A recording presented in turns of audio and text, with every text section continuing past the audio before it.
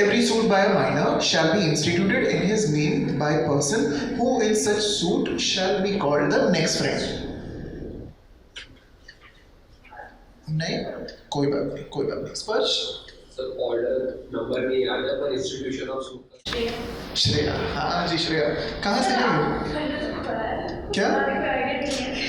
मैंने भी ऑर्डर 1 पढ़ा है, उसके आगे का तो ऑब्वियसली आइडिया नहीं है. हाँ ऑर्डर 1 तो कुछ भी पूछ लो वो आता है.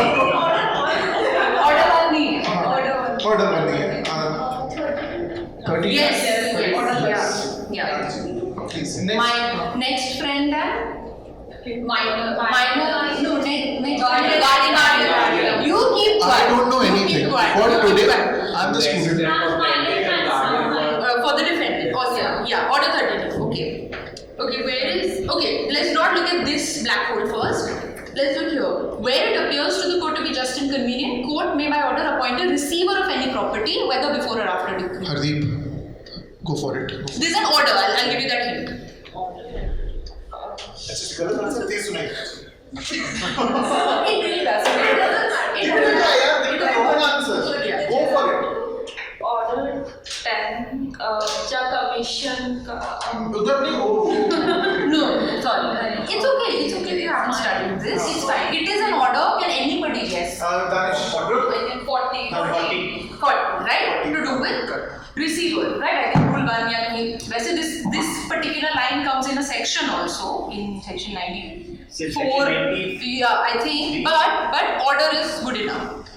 This thing was so problematic, okay, because this is not directly from the Bare Act. Okay, what does it say?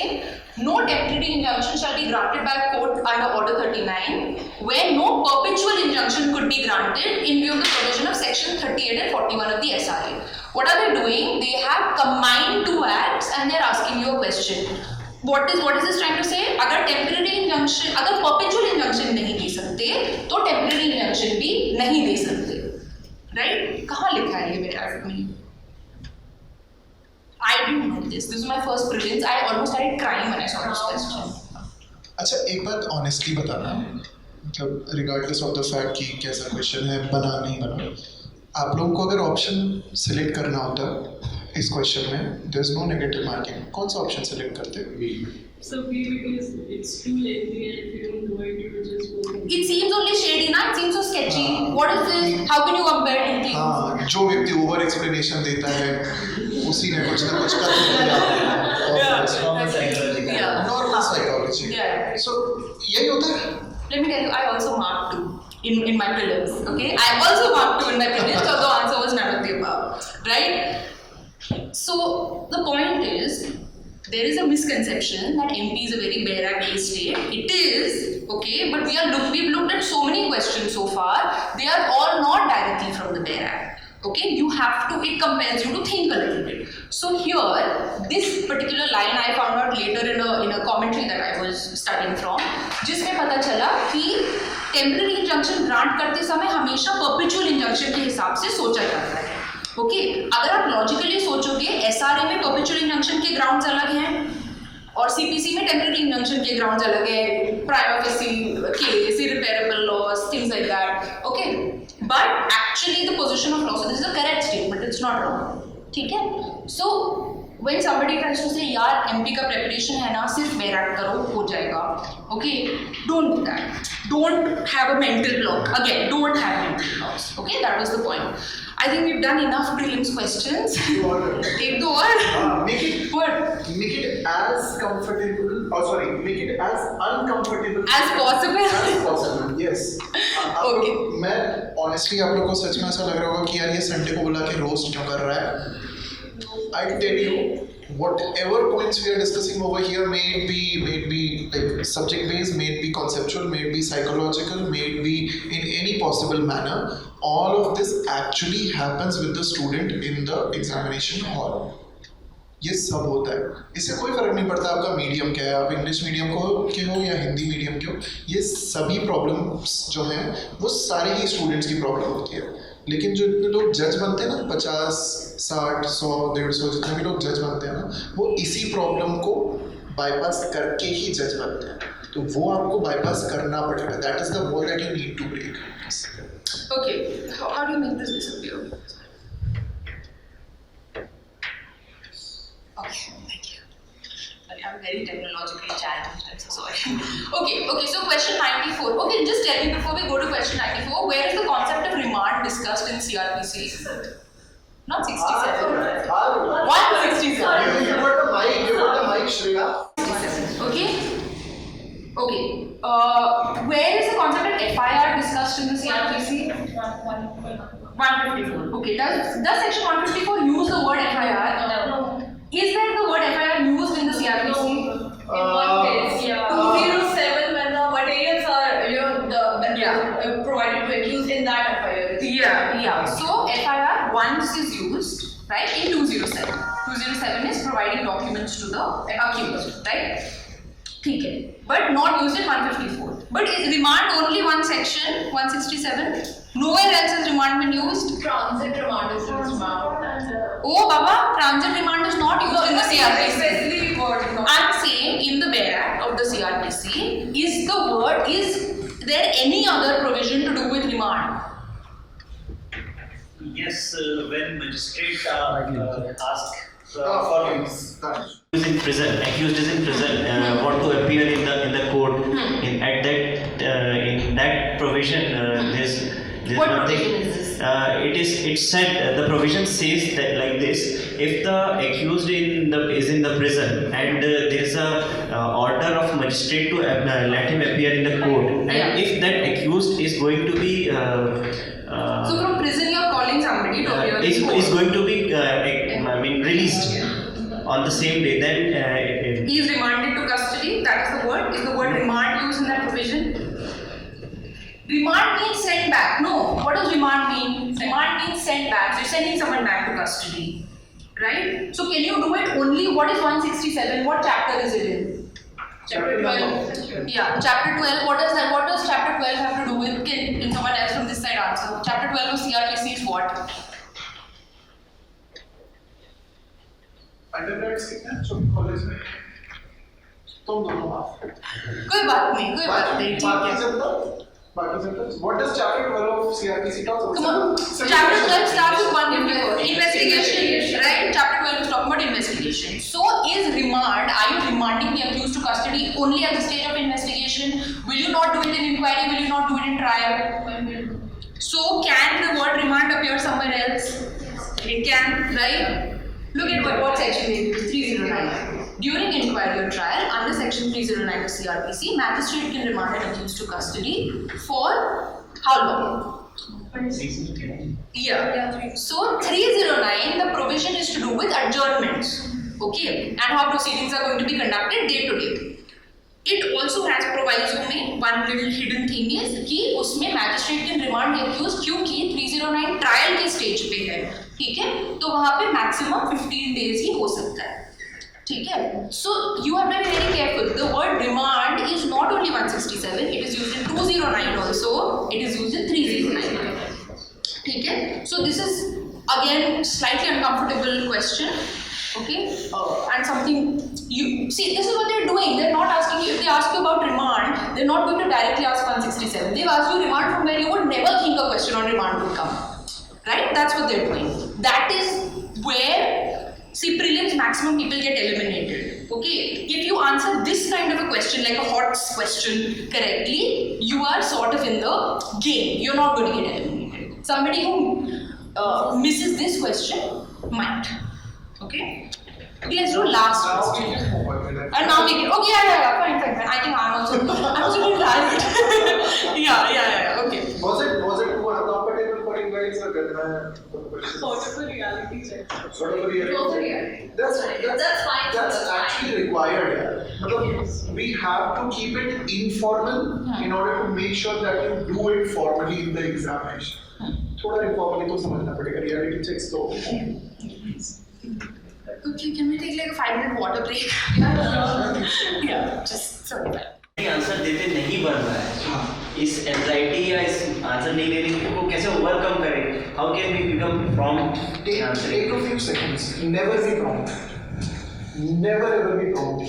मैंने IBPS का इंटरव्यू फेस किया है, जुडिशरी का इंटरव्यू फेस किया है, और भी गवर्नमेंट एग्जामिनेशन से छोटे एग्जामिनेशन naukri.com पे अपन देखते हैं ना, या सरकारी naukri.com देखिए वेबसाइट है, उस पे लीगल के बहुत सारे आते हैं, लोगों को पता भी नहीं चलता, 2 post 3 post 4 post 5 post, direct interview based recruitment होता है।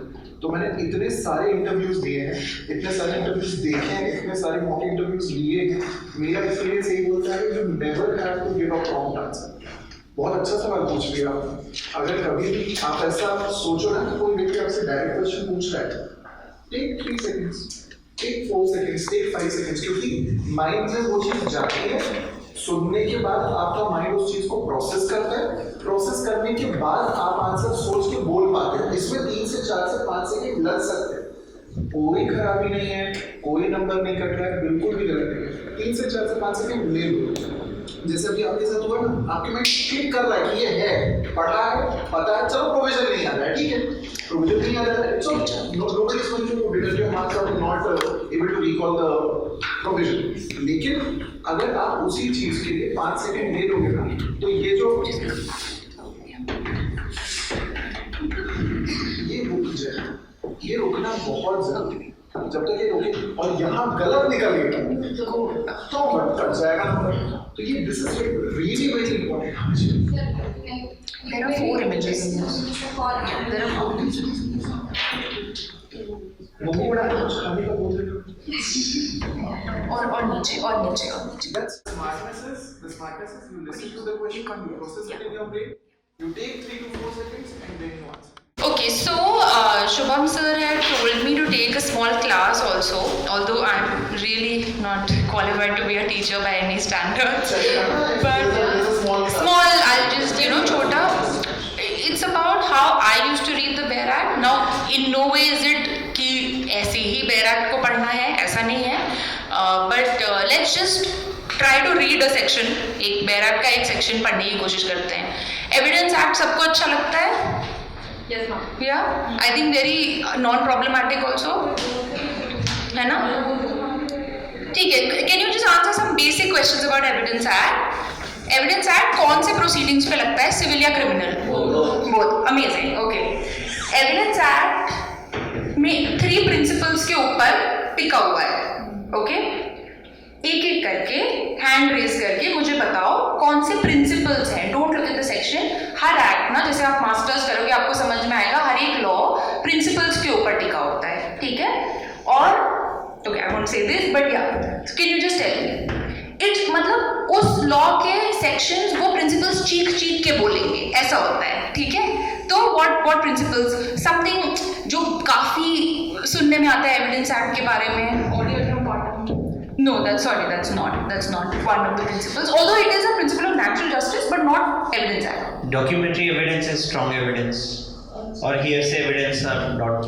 That's best evidence. Yeah, amazing. So that's two things. Hearsay evidence is not admissible. What is hearsay evidence?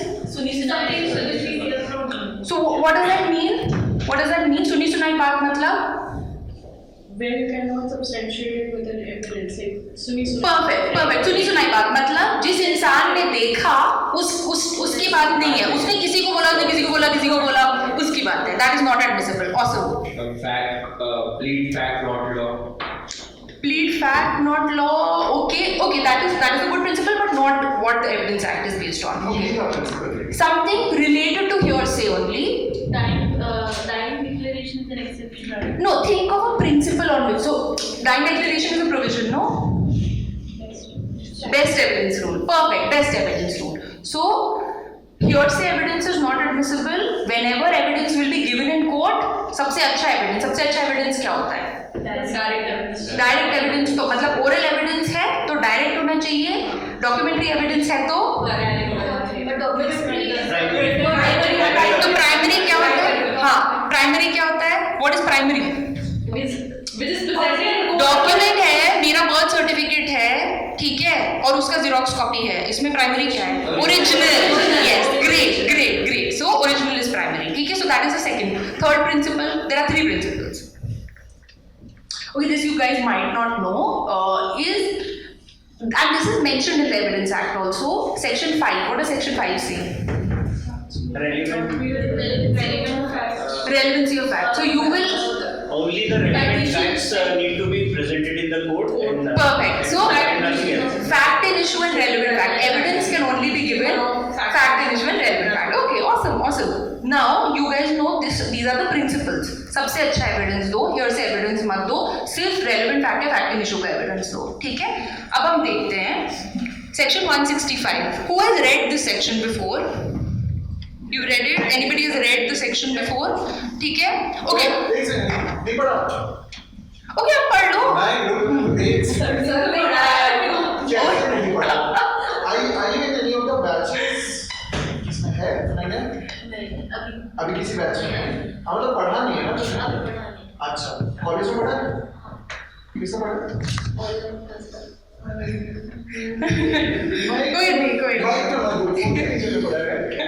Subject किसने पढ़ा? अरे मैं नहीं बोलूँगा यार, मैं नहीं जाऊँगा किसी को बोलने, लेकिन किसने पढ़ा है? अधूरा साथ वो चलेगा जेल छोड़। Okay,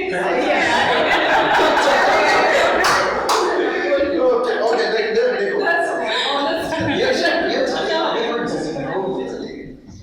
विदिता अच्छी है, विदिता दीदी जो है विदिता दीदी ने छोड़ दिया। सब अच्छे लोग हैं। विदिता दीदी को मैं दीदी इसलिए बोलता हूँ because वो स्कूल में मेरी सीनियर थी sir, and we are batchmates in we were batchmates in Barkatullah University। तो अच्छा तो मतलब यानी पढ़ा होगा इसलिए पूछ रहा हूँ why, क्योंकि मैम तो पढ़ाएंगी, पर 165 is that section जो हाँ it's rude, it's important। So 165 में कोई नहीं पढ़ा, it's okay, it's not a problem, but this is very important section, so great choice, definitely a very important section, ध्यान से सुन लेना और पता होना चाहिए कि 165, क्योंकि यहाँ पे मैं सिर्फ शिवानी और ओम को छोड़ दे रहा हूँ क्योंकि ये अभी अंडर ग्रेड्स हैं, अदरवाइज बाकी सब लोग कोई भी ये नहीं कह सकता कि ये पढ़ा नहीं है, पढ़ा है या तो हाँ या तो हमें अच्छे से याद नहीं है या हम रिकॉल नहीं कर पा रहे, तो पढ़ा है ये तो मानो, ठीक? Please. Okay, so can you guys just tell me India का हमारा जो सिस्टम है criminal justice system, what is that, उसका क्या नाम है? Adversarial, good. What is the other one जो इंडिया में नहीं चलता, जो सिविल लॉ कंट्रीज या जो दूसरे कंट्री, कौन सा है या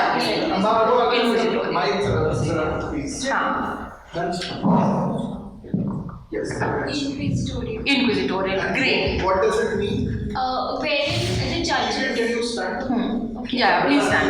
Inquisitorial is where the judges are also taking part in the proceedings. Perfect, ठीक है। कुछ कंट्रीज में ऐसा होता है, इंडिया में ऐसा नहीं, कुछ कंट्रीज में होता है जो कॉन्टिनेंटल यूरोप की कंट्रीज हैं, वहाँ पे इंडिया में आपने देखा है या फिर जो कॉमन लॉ कंट्रीज है वहाँ देखते हैं कि जो एडवोकेट है वो क्रॉस एग्जामिनेशन कर रहा है, ठीक है? क्रॉस एग्जामिनेशन जो फिल्मों में भी बड़ा दिखाया जाता है, cross examination is a way to discover the truth. In inquisitorial countries, it's very unique. Judge starts cross-examining the party. Okay, in France, in Germany, you'll see judge does that. So there is a slight difference between the two systems. In India, we are following adversarial system. ठीक है?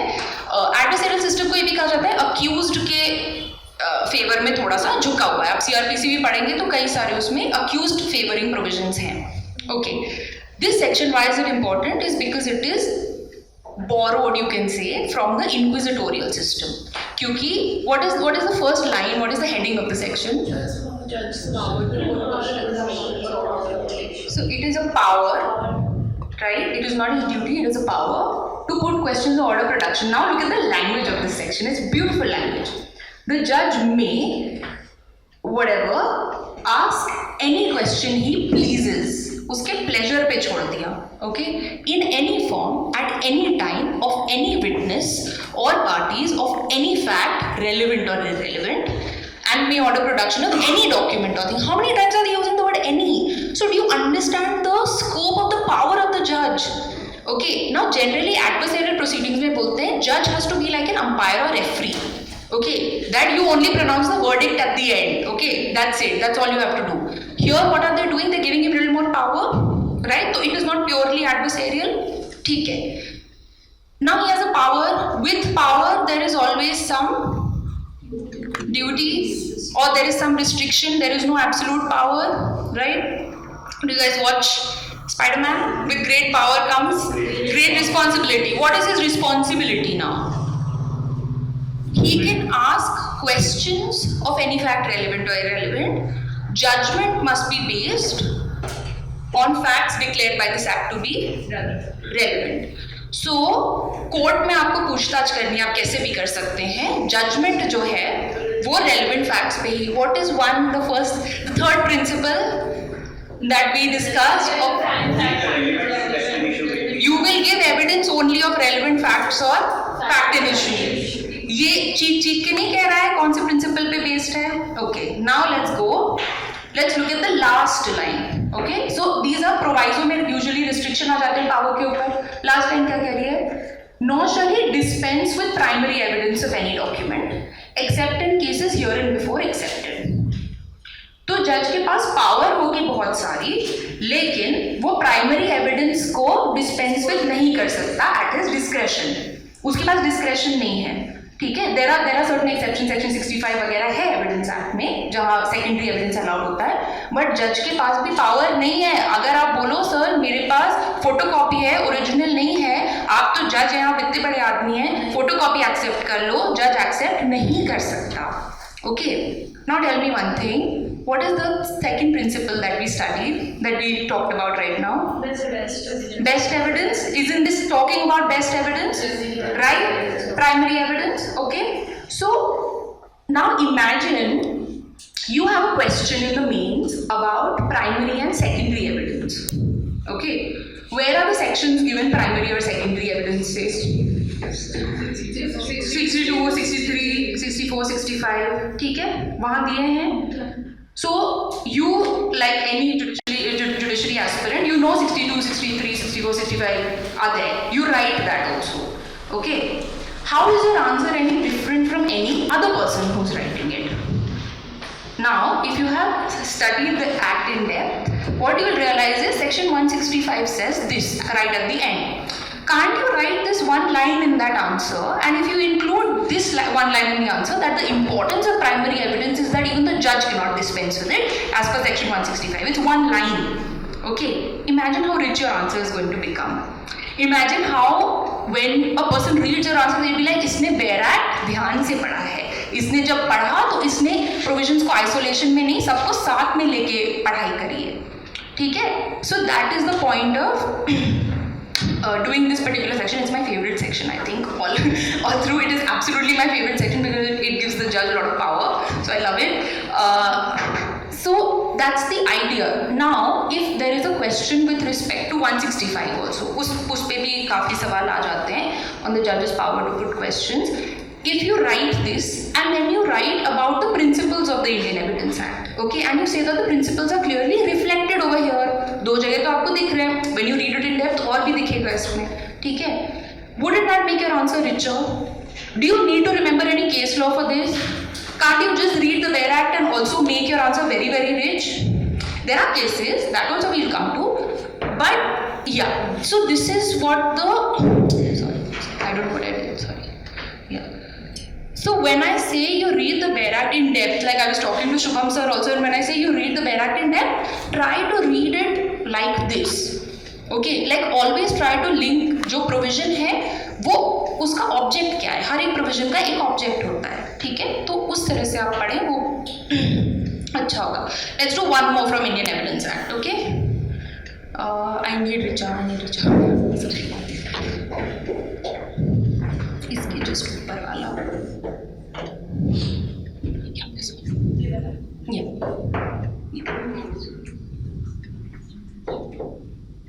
Feeling very hot.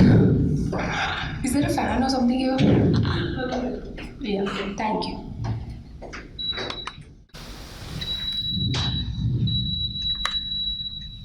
Okay. Section 25, another very important section. बहुत ये काफ़ी सारे आप जब cases पढ़ेंगे ना क्रिमिनल लॉ के, तो ये सेक्शन काफ़ी ज़्यादा यूज भी होता है. तो सेक्शन 25 एक लाइन का सेक्शन है. Okay, now this is again देखने में इजी बट है टफ. ठीक है. Okay, so what does section 25 mean? What is it saying?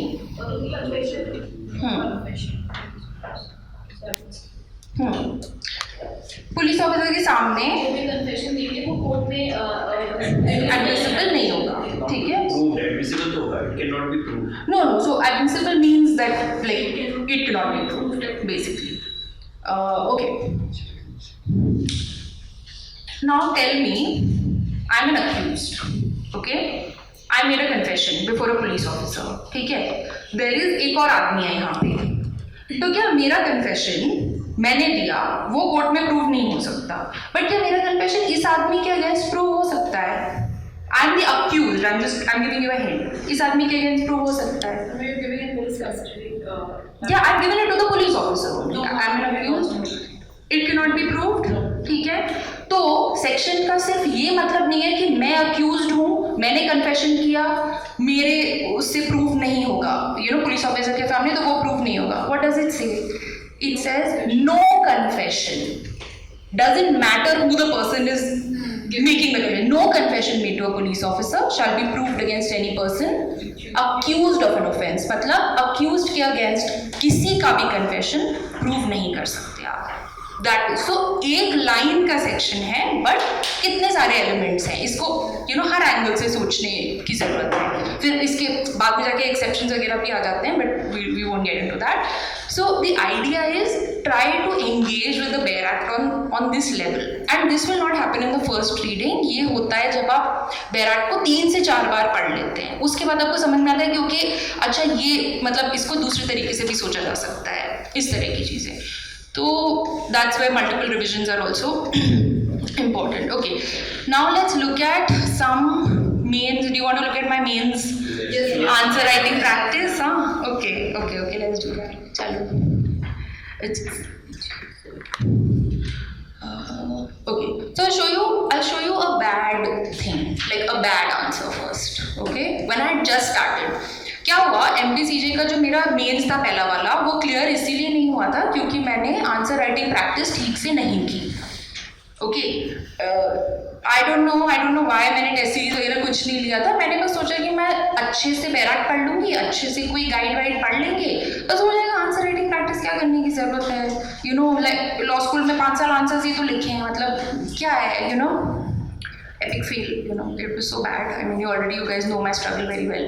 So then I realized कि जब मैंने आंसर्स लिखे थे, और वो वाला भी जो अटेम्प्ट था ना, वो I had missed it out by 2 marks. 2 marks से मेरा मेंस का कट ऑफ रह गया था. तो that is even more frustrating, you know, because आपको पता है कि आपने पढ़ाई ठीक से करी है, बस आपने आंसर राइटिंग में कुछ गड़बड़ कर दी.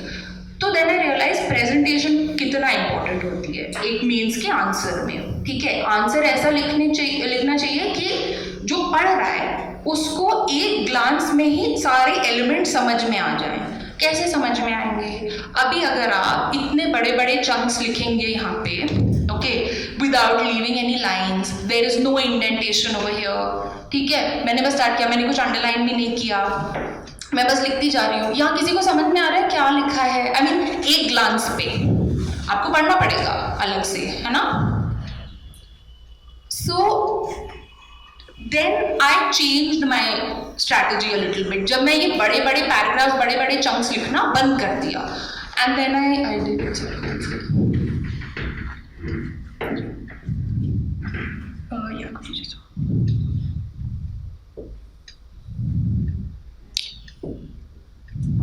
not this one. It's sorry, it's just 2 minutes. Yeah, there are 4 in this, 4 to 5 in this. So हो जाएगा. नहीं, एक और. Wait. It starts. Now when I changed and I wrote a lot of answers, मैं क्या करती थी, मेरी एक फ्रेंड है who also got selected this year in MP. तो हम लोग क्या करते थे, एक दूसरे को आंसर्स लिख के भेजते थे. तो जैसे ये जो है, ये 2017 का कॉन्स्टिट्यूशन का क्वेश्चन है, तो हम लोग एक दूसरे को, मेरी ऑलमोस्ट थोड़ी बहुत शुरुआत में ही मैंने ये किया था, तो हम लोग एक दूसरे को आंसर लिख के भेजते थे. एंड फोटो से ही भेजना था, मतलब she is in Bhopal, I was in Delhi, तो हम लोग ये करते थे. और ये मुझे सजेस्ट किया था जो 2019 फेज़ 2 की जो रैंक 2 है, आई थिंक उन्होंने मुझे ये सजेस्ट किया था. तो क्या हुआ, जब मेरा मेंस क्लियर नहीं हुआ था उस टाइम, तो मैंने फ़ोन किया सारे लोगों को जिनका मीन्स क्लियर हो गया, और मैंने बोला कि यार देखो अब रोने से तो कोई ज़्यादा फ़ायदा नहीं है, ठीक है, तो मुझे बताओ तुमने क्या किया जो मैंने ठीक से नहीं किया यहाँ पे. Okay, so you have to have a little bit of that thing also, that you are also making some mistake, you know. I think that attitude also helps a lot. So sense prevailed on me thankfully. मैंने तो उसने बोला यार देखो मैं ये चीज़ करती थी एक लड़की के साथ, हम लोग आंसर्स लिख के भेजते थे, उससे मुझे बहुत फ़ायदा हुआ. और मैं जब लिखती थी तो मैं बड़े चंक्स में नहीं लिखती थी, मैं लाइन्स छोड़ छोड़ के अंडरलाइन कर करके इंडेंटेशन कर करके लिखती थी. ठीक है, आई सेड ओके यार ये दीक्षा तुमने बहुत बढ़िया बात बताई है मुझे, चलो let's try. Now I started doing this. Now they've asked me about legislative powers in the constitution. ठीक है, that is the question.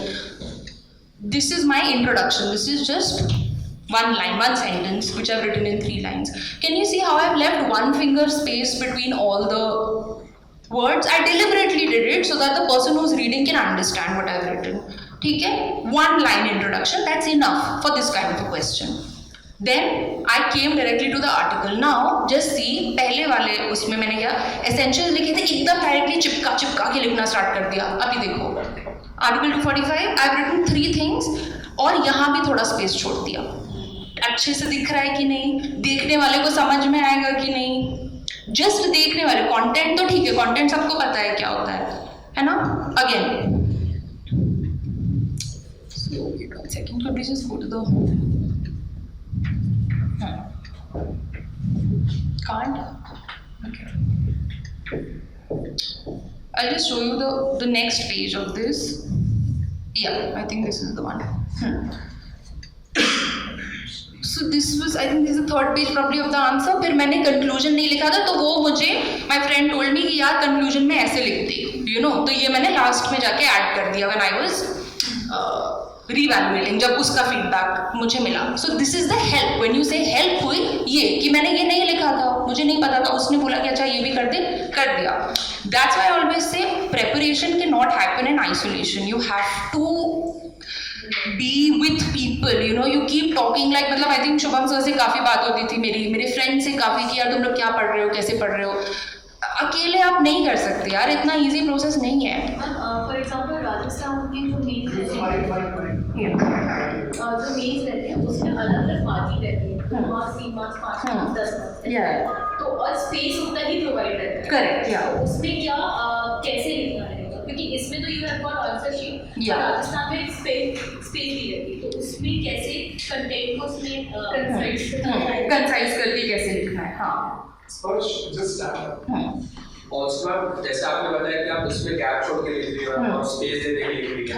अगर प्रोवाइडेड जब लिमिटेड आंसर शीट है तो उसमें जब कम लिखेंगे तो मैम हाउ कम में पूरे मार्क्स मिलेंगे, क्योंकि अगर कंटेंट की कमी भी हो सकती है उसमें. हाँ, हो सकती है. अगर कम डाल दिया ढंग से एक्सप्लेन नहीं कर रहा उसको फिर कैसे करेंगे. देखिए हमेशा जब भी आप मेंस का आंसर लिखेंगे ना, अगर इस तरह का स्पेस कंस्ट्रेंट है वो तो एक चीज़ है, बट टाइम कंस्ट्रेंट भी होता है, ये भी बात है. ठीक है, तो आप हर आंसर में आपको पता बहुत कुछ होगा, आपके सर में बहुत कुछ चल रहा होगा और आप लिख पाएंगे उसका मे बी 40%. That's okay. सबसे ज़्यादा इंपॉर्टेंट चीज़ें लिखो. इसीलिए पता है जब हम लोग लिखने लगते हैं ना, स्पेशली एमपी के मेंस के लिए, जब आप लिखने लगते हो आपको रियलाइज होता है बैराक के अलावा और कुछ लिख ही नहीं पा रहे आप. बैराक के अलावा मे बी 2 केसेस लिख देते हो, 1 लाइन जैसे मैंने वो बताया कि किसी सेक्शन से लिंक करके लिख दिया, बट अब ज़्यादा स्कोप नहीं, उतना टाइम ही नहीं है. 8 मार्क्स का क्वेश्चन है, उसमें आप 6 से 7 मिनट दे सकते हो उसको रियलिस्टिकली, उससे ज़्यादा नहीं. तो इसीलिए ये होगा. स्पेस कंस्ट्रेंट यार देखो, उसमें लाइन्स छोड़ना वगैरह, I know it is difficult, but उसमें भी नीटली तो लिख ही सकते हैं. थोड़ा इंडेंटेशन तो आप दे ही सकते हो हल्का सा, है ना. तो just I mean you know you can try that. Actually देखो डीजेएस और एमपीसीजे दोनों में ही स्पेस कंस्ट्रेंट नहीं होता. You get a whole sheet, theoretically आप कितना भी लिख सकते हो. मार्क्स वाइज कंटेंट में फर्क करता है. हाँ, मतलब ऑफ कोर्स जैसे एमपी में जैसे 4 मार्क्स का अगर क्वेश्चन आ गया, सपोज कन्फेशन के ऊपर, ठीक है, तो आपको बस प्रोविजंस का भी सिर्फ जिस्ट ही लिखना है, मेंशन भर कर दीजिए उसको, यू नो. और एक मतलब हर क्वेश्चन में एक हीरो प्रोविजन होता है, तो वो हीरो प्रोविजन को you have to identify and you don't have to miss that out. तो ये है, ऐसा होगा, आप सब चीज़ नहीं लिख पाओगे. बहुत अच्छे केस लॉज होंगे, आप बोलोगे टाइम ही नहीं है यार. Ma'am how long our answer should be for 4 marks and 8 marks specifically? See, for one page, 2 page, 4 page? yeah, there is no देखो पेज लिमिट के हिसाब से I won't be able to tell you because I never followed that कि मुझे अगर 8 marks का है तो मुझे मिनिमम 3 पेजेस लिखने हैं. I didn't do that. I said कि अगर 8 मार्क्स का है मैं इसको 10 मिनट देती हूँ इस आंसर को. इसमें 10 मिनट में मैं जो भी लिख पाती हूँ दैट्स इट. जैसे एंड वॉच को वहाँ पे रखो, ठीक है, वॉच को वहाँ पे रखो. इसीलिए you know you must have seen I wrote time also. You know तो ये शुरू के आंसर्स थे, मुझे बहुत टाइम लगता था लिखने में. फिर वो यू नो मैं सब नहीं लेके आ पाई बट एक था उसमें 6 मिनट्स में भी लिख लिया था मैंने ऐसा ही आंसर. तो प्रैक्टिस करते करते you know you see your growth also.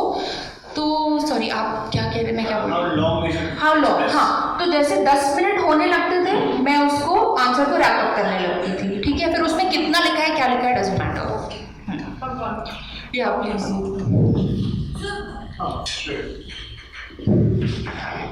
Ma'am एक मेन इशू है how you use to practise answer writing. Like sir normally हम लोग को सजेस्ट ये करते हैं कि पहले पढ़ो एक बार अच्छे से पढ़ लो फिर उससे लिखने की कोशिश करो. बट जब पढ़ के जब फर्स्ट टाइम लिखने जाता है ना तो वो 12 मिनट्स तो छोड़ ही दीजिए, वो तो अबाउट हाफ एन आवर लग जाता है एक आंसर. बिल्कुल.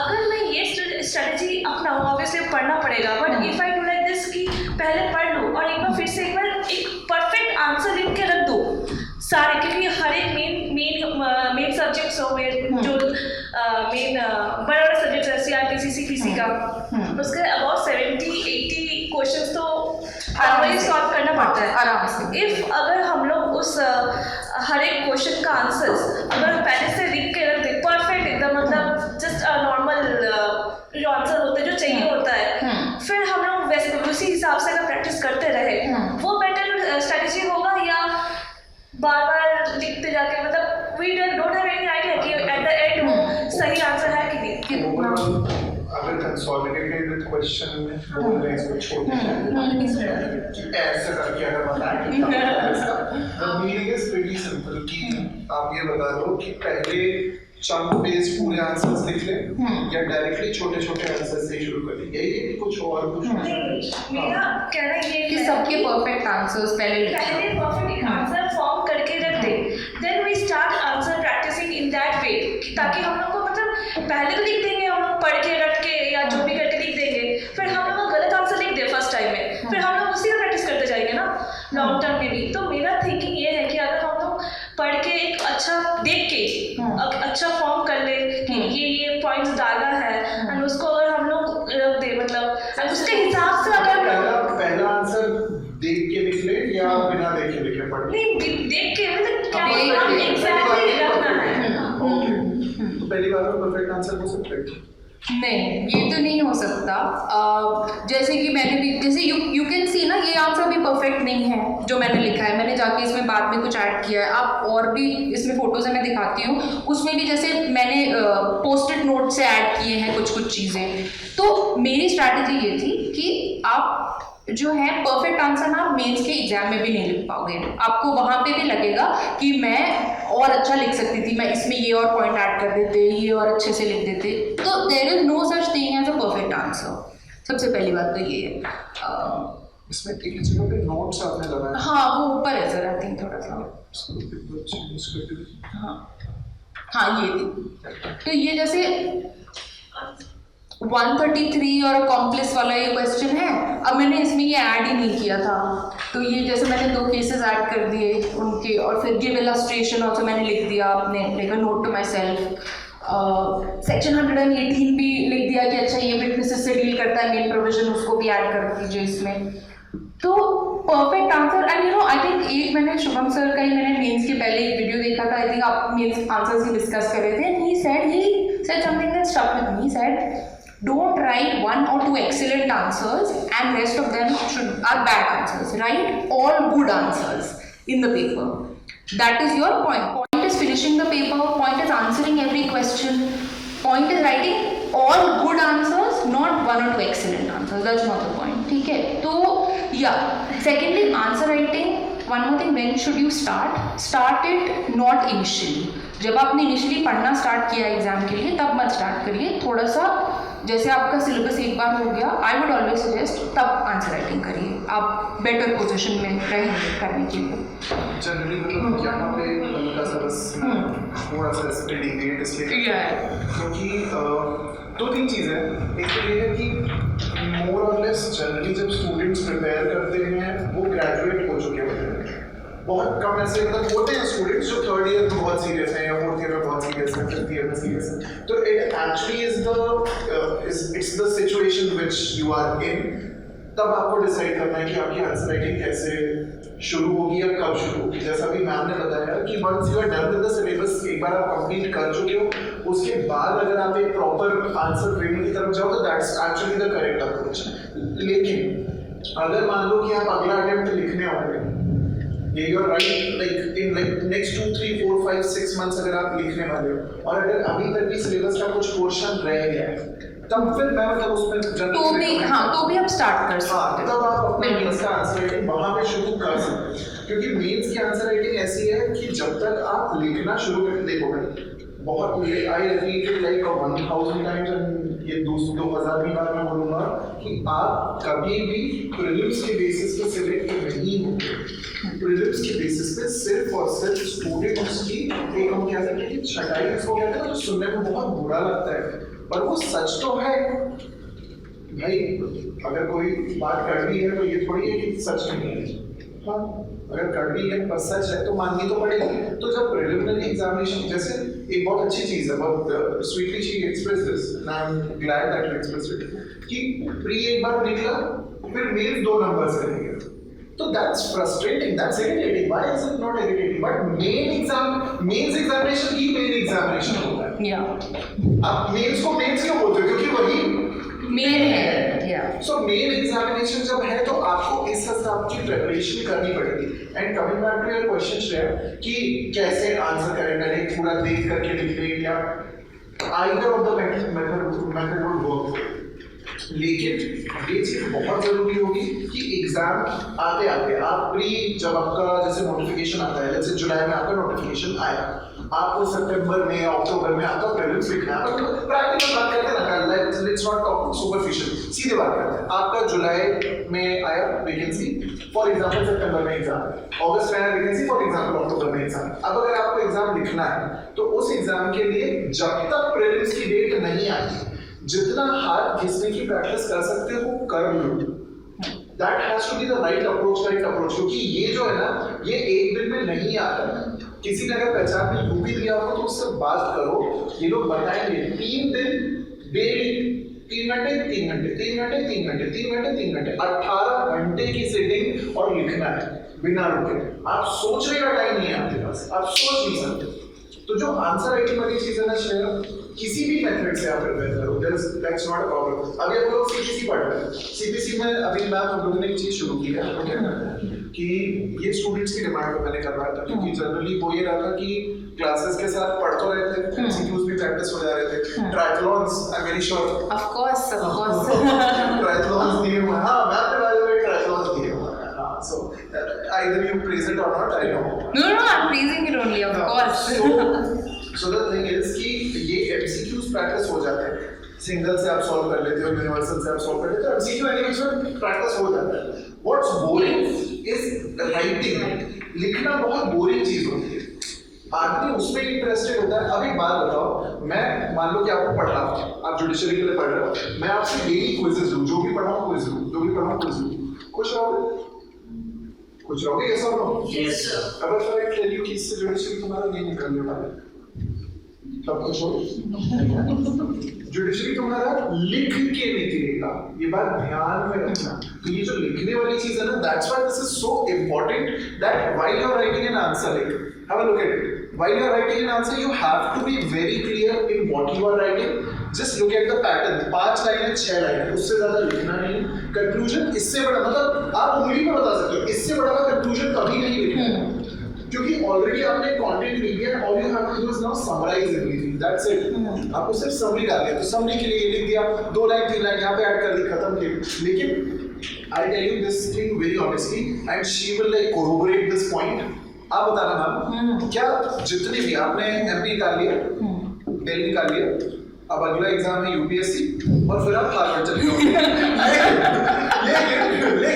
लेकिन tell me one thing very honestly, जितने भी आंसर्स आपने चाहे दिल्ली में लिखे हो, चाहे आपने एमपी में लिखे हो, चाहे जब आप सिलेक्ट हुए तब के लिखे हो, चाहे जब नहीं सिलेक्ट हुए तब लिखे, क्या आप कह सकते हो कि 100 on 100 टाइम्स या 100% में अपने आंसर से सेटिस्फाइड थी? No. You can never ever be satisfied, 100% satisfied with your answer. आप कभी satisfied होगे ही नहीं। आपको ऐसा भाई, this is when you write an answer, there will always be something that you have missed. There will always be something that you should have added. There will always be something जहाँ पे तुम्हें लगेगा कि ये सब यहाँ पे अगर अंडरलाइनिंग कर ली होती तो यहाँ पे देखो नंबर मिल जाओगे। इस क्वेश्चन में जो सबसे अच्छा लिखा है, सबसे बढ़िया लिखा है, सबसे अच्छी हैंडराइटिंग है, उसमें अंडरलाइनिंग नहीं। अब बोलो। Sir, but this is very lengthy process ना, एक सब्जेक्ट के 50-50 आंसर्स लिखना, तो हम सिनॉप्सिस नहीं कर सकते, आधे आंसर्स लिख लो। You are not making effort for 2 years of job.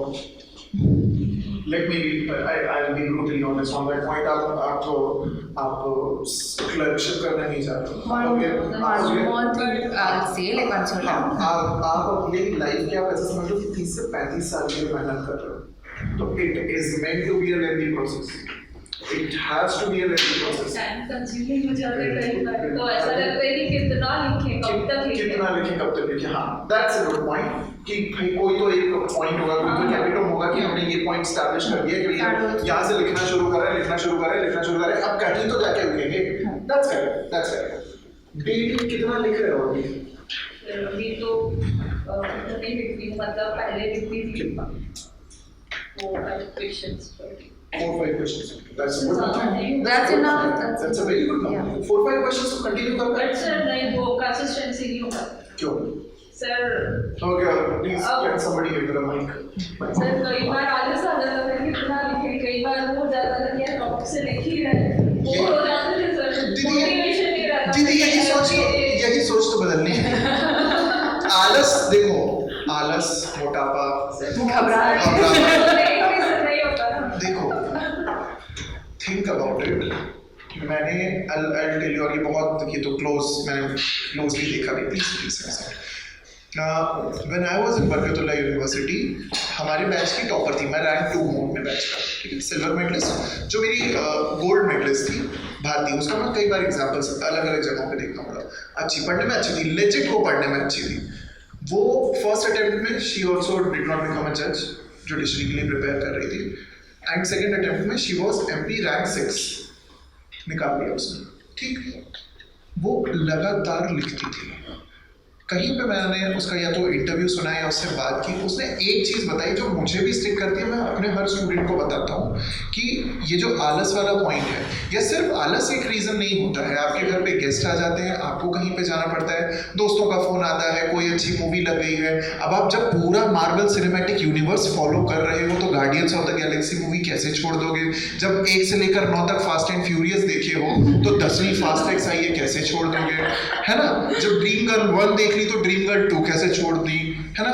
ये तो करोगे, होता है। मतलब these are the points जहाँ पे आप एक्चुअली डिविएट हो जाते हो अपने टारगेट से।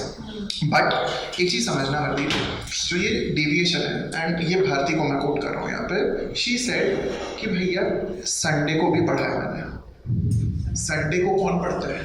तुम लोग पढ़ रहे हो, समझो इस बात को। आप जब आप एस्पिरेंट हो, नॉट जस्ट जुडिशरी एस्पिरेंट, जब आप एस्पिरेंट हो, there are no Sundays. There are no Sundays. There are no holidays right now. There are no holidays. Diwali Dussehra नहीं होता भाई।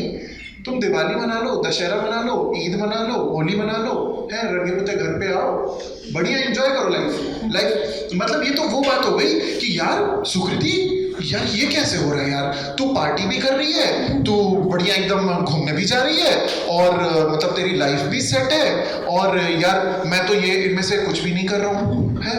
अरे ये क्या बात होती है भाई? अगर मैं इनमें से कुछ नहीं कर रहा हूँ तो उसके मैं कुछ और कर रहा हूँ, मेरा कुछ और ऐसा हो रहा है जो मुझे वर्थ इट लग रहा है, वो कुछ और ऐसा कर रही है जो उसको वर्थ इट लग रहा है। There's nothing wrong with that. So you used social media. So now can you tell me the sacrifices Sacrifices. Sacrifices. Before coming to the sacrifices, just one last one. One last thing, ये वाला जो point है, क्योंकि हरदीप का question address कर देते हैं कि जो ये भारती का पॉइंट है ना, भारती ने कहा कि भाई मैं क्या करती थी, मैं मंडे टू सैटरडे 6-7 घंटे पढ़ती थी नॉर्मल, इतना पढ़ते हैं सब लोग पढ़ते हैं, 6-7 घंटे हो जाती है पढ़ाई, इट्स वेरी ईजी है, पढ़ लिया 6-7 घंटे। संडे जिस दिन होता था, या मेरे घर पे कोई किसी दिन रिश्तेदार आ गए, या मुझे अगर कहीं किसी दिन जाना है, उस दिन मैं 1 घंटा पढ़ लेती थी, आधा घंटा पढ़ लेती थी, 20 मिनट फोकस करके 20 मिनट मैंने पढ़ा है, आधा घंटा 1 घंटा 2 घंटा उतना ही पढ़ा है, लेकिन कंसिस्टेंसी मैंने ब्रेक नहीं होने दी। जिस दिन कंसिस्टेंसी ब्रेक हुई, खत्म, खेल ही खत्म हो जाएगा। हाँ, मैं और जनाब पीछे बैठे हुए सफ़ेद टी शर्ट में, हमने डिसाइड किया 5:30 बजे टहलने जाना है। एक दिन पूरा गए, अगले दिन मैं थक गया, नहीं गया, फिर अगले दिन वो थक गए, नहीं गए, फिर तीसरे दिन हम लोग ताज में जाके खाना ठूस करके आ गए, तो आज सुबह फिर नहीं गए, क्या फ़ायदा। तो ये वाली जो कंसिस्टेंसी है ना, वो कंसिस्टेंसी आपकी लाइफ में बना रहना बहुत ज़रूरी है, क्योंकि ये वर्थ इट लगेगा तब जब ये कंसिस्टेंटली दिखेगा। अगर कंसिस्टेंसी नहीं है तो वर्थ इट भी नहीं लगेगा। मैं आई स्टिल रिमेंबर 13 जुलाई 2013 से पढ़ा रहा हूँ, तब से, जब खुद फर्स्ट ईयर में था तब से पढ़ा रहा हूँ मैं अभी तक। तो ये कंसिस्टेंटली ही पढ़ा रहा हूँ ना। बीच में मुझे भी ऐसा लगा, अरे यार ये तो मेरे से अच्छा पढ़ा रही है यार, सारे बच्चे तो इसी से डाउट पूछने जा रहे हैं, मेरे को कौन ही पूछेगा, ये तो बहुत बढ़िया पढ़ा रही है। फिर एक दूसरा टीचर, अरे ये तो और भी अच्छा पढ़ा रहे हैं, इनसे भी अच्छा पढ़ा रहे हैं, मैं तो इनके जैसा ही नहीं पढ़ा पा। ये जो कंपैरिजन होता है, ये जो आपके माइंड में जो डाउट्स आते हैं, जिसकी भी वजह से आपकी कंसिस्टेंसी ब्रेक होती है ना, कंसिस्टेंसी कभी ब्रेक होनी ही नहीं चाहिए। There is no break down to consistency. And तब फिर बात आती है सैक्रिफाइसेस की। दानिश पहले एक बार सैक्रिफाइस वाली बात कर लें, क्वेश्चन ध्यान में रखना, उसको कंटिन्यू करिए। What all were the things which you actually sacrifice? Oh my God, oh my god, yeah, it actually did not seem like a sacrifice to me, because I always had this goal कि if this is जज बनने का अगर सपना है तो उसके लिए आप जो भी करना पड़े चल जाएगा, तो उस तरह से मैंने देखा नहीं। बट हाँ, सोशल मीडिया रिस्ट्रिक्ट किया अपने आप को, फिर भी क्योंकि आप कनेक्टेड रहना चाहते हो लोगों से, तो व्हाट्सएप, टेलीग्राम, ये तो आई मीन हाँ, but Instagram was closed. I was not on Insta, मतलब I had an account, I used to be very active in college, but MP का जब मेंस नहीं निकला था ना, तो तब बंद कर दिया था मैंने कहा कि अब इसको तभी खोलेंगे जब मतलब कुछ हो जाएगा, कहीं सिलेक्शन हो जाएगा। तो अब खोल लिया है मैंने फाइनली ऑलमोस्ट 1.5 साल के बाद। बट हाँ, तो वो बंद कर दिया था। उससे एक्चुअली मुझे ना वो क्या कहते हैं, फोमो भी होता था, बहुत ज़्यादा फोमो बहुत होता था। तो या हाँ यार, अभी कुछ दिन में यूट्यूब का स्टोरीज बंद होने वाला है। The date is announced. Yeah, good. So then time waste का एक जरिया जो है। हाँ, बस अपन देखना शुरू करते हैं कि या किसी चैनल पे मोटिवेशनल वीडियो है, फिर मैं I end up cooking a pasta. ये तो बहुत होता भाई कि शुरू किया था कि भैया कोई मोटिवेशनल लाइन चल रही है कि वाह हिम्मते मर्दा मददे खुदा, और यहाँ पे हम बिरयानी बनाना शुरू कर चुके हैं। भाई ये होता है, this happens with everyone, this is very normal. तो या ऑफ कोर्स थोड़ा जैसे फैमिली फंक्शंस या दोस्तों के साथ बाहर जाना कुछ भी, तो थोड़ा कम करके रखा था। बट देखो, आपको ना आप खुद भी रियलाइज करोगे किस दिन आपको ब्रेक लेना चाहिए। आप खुद भी आप बहुत अच्छे से पढ़ लोगे 4-5 दिन, आपको खुद भी रियलाइज होगा, no today I deserve a break, I need to go out, I need to watch a movie. तो दैट यू कैन डू आराम से। I used to do that. ऐसा नहीं है कि मतलब एक कमरे में अपने आप को बंद कर लो 2 साल और उसके बाद ऑटोमेटिकली आप जज बन जाओगे। I would not recommend that also totally. तो डिस्ट्रैक्शन का जो रेगुलेटर होता है वो अपने हाथ, वो अपने एग्जैक्टली, या I love this, I love this. For instance उसी बात की तो सैलरी ले, you डाल पे $100 डाल भी $100 दिया। तो जैसे सर ने बोला कि सपोज आज मुझे मूवी देखने का मन है, ओके, और मेरा रूटीन यूजुअली होता था कि सुबह मतलब 6-7 बजे I would wake up and 9-10 between 10-11 I would sleep. तो सब कुछ उसके बीच में, वेरी नॉर्मल रूटीन, बहुत जल्दी भी नहीं उठना, बहुत लेट तक भी नहीं जागना, ऐसा था। तो अब अगर मुझे मूवी देखने का मन है तो ऑब्वियसली मैं 11 बजे रात में मूवी देखना स्टार्ट करूंगी, तो वो 2 बजे तक चलेगी, फिर मेरा अगला पूरा दिन बिगड़ जाएगा। तो वो रेगुलेटर वो मेरे हाथ में ना, तो दैट थोड़ा कल और पढ़ लेते हैं, फिर एक थोड़ा सा नॉर्मल टाइम पे कुछ फ्री टाइम कुछ अच्छा करेंगे और फिर नॉर्मल टाइम पे सोएंगे ताकि अगले दिन की पढ़ाई भी नॉर्मली स्टार्ट। इस पे एक क्वेश्चन जेन्युइनली, क्योंकि आपने ये बोला ना जेन्युइनली क्वेश्चन है तुम्हारा, is in this context self talking is very important. Self talking या आपको बार-बार बोलना कि अबे गधे उठ, ये इतनी देर फोन नहीं चलाना है, इतनी देर यूट्यूब नहीं देखना है, इंस्टाग्राम बहुत हो गया। जब तक वो अंदर से नहीं आएगा ना तब तक आपका डिस्ट्रैक्शन खत्म नहीं होगा। मतलब 5:30 बजे I have to take a class, आप लोगों को पता ही है 5:30 बजे मेरी क्लास होती है, अभी सीपीसी चल रहा है, मुझे रिवाइज करना पड़ता है। If you are teaching you have to continuously revise the subject. मैं खुद पढ़ता हूँ, यश मैम पढ़ते हैं, दिवांशु सर पढ़ते हैं, आप लोग जो लोग जेएनयू से हैं जानते हैं कि टीचर्स हैं, बहुत अच्छे टीचर्स हैं, इन्होंने मुझे पढ़ाया, सभी रिवाइज करते हैं, सारे टीचर्स खुद रिवाइज करते हैं। जैसे मैम ये होता है मेरे साथ, 5:30 की क्लास है एंड आई हैव डिसाइडेड कि मैं 4:30 से आराम से पढ़ूंगा, क्योंकि I give all those वैकी examples and मैं हल्के फुल्के मूवीज वाले एग्जांपल्स देता हूँ, ये सबको पता है। राजनंदिनी बहन नींद आ रही है, तो लग रहा है कि चली जाएगी अभी, आगे आ जाओ। हाँ, पंचतत्व वाली अगर कुछ ऐसे थॉट आ रहे हो दिमाग में। हाँ, सो ये होता है। 4:30 से हमने डिसाइड किया कि हम 4:30 बजे से पढ़ना शुरू करेंगे, 4:45 बजे तक हम वीडियो स्क्रॉल कर रहे हैं, 5 बजने में अब बचा है 1 मिनट, 4:59 हो गया।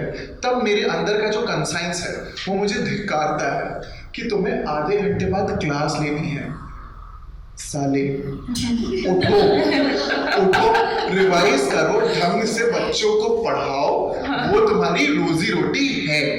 तो ये जो आता है ना सेल्फ टॉक, ये बहुत इंपॉर्टेंट है, क्योंकि ये मैंने पर्सनली फील किया कि सेल्फ टॉक ये अंदर से आवाज आती है अपने। हाँ प्लीज